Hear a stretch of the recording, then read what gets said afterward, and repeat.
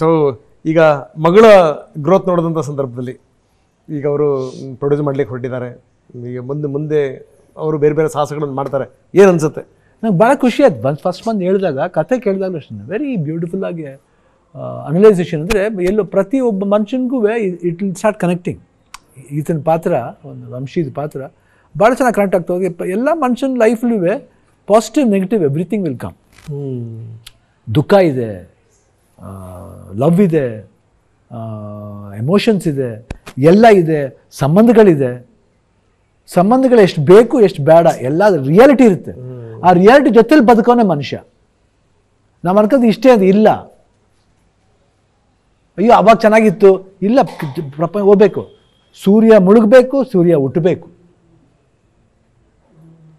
So that is life. ಅಂದರೆ ಈ picture ನನಗೆ ಅರ್ಥ ಆಗಿದೆ. ಅದೊಂದನ್ನೇ ಭಾಳ ಚೆನ್ನಾಗಿ ಅದ್ಭುತವಾಗಿ ನರೇಟ್ ಮಾಡ್ಕೊಂಡು ಆ ವಿಷಯನ ಎಷ್ಟು ಚೆನ್ನಾಗಿ ಎಲ್ಲರ ಮನಸ್ಸಲ್ಲೂ ಒಂದು ಫೈರ್ ಇರುತ್ತೆ. ಅದು ನೆಗೆಟಿವ್ ಆಗಿರುತ್ತೆ, ಪಾಸಿಟಿವ್ ಆಗಿರುತ್ತೆ.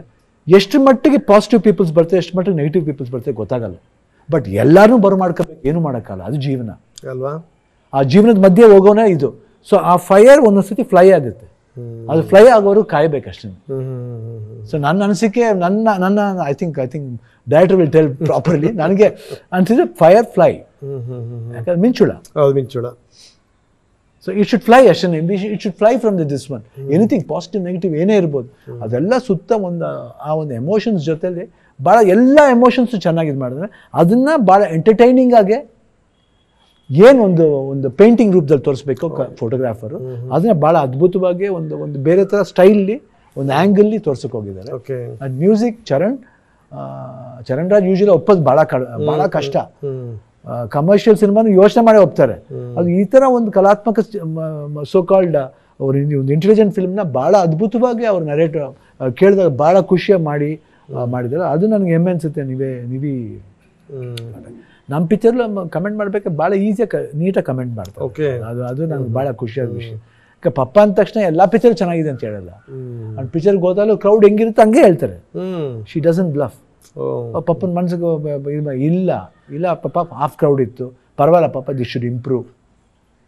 ಅದೆಲ್ಲ ದಟ್ ನೇಚರ್ ಇದೆ. So I felt she'll be a good producer. ಯಾಕಂದರೆ ಅದು ಅಮ್ಮನಿಗೆ ಆ ತಾಳ್ಮೆ ಇತ್ತು.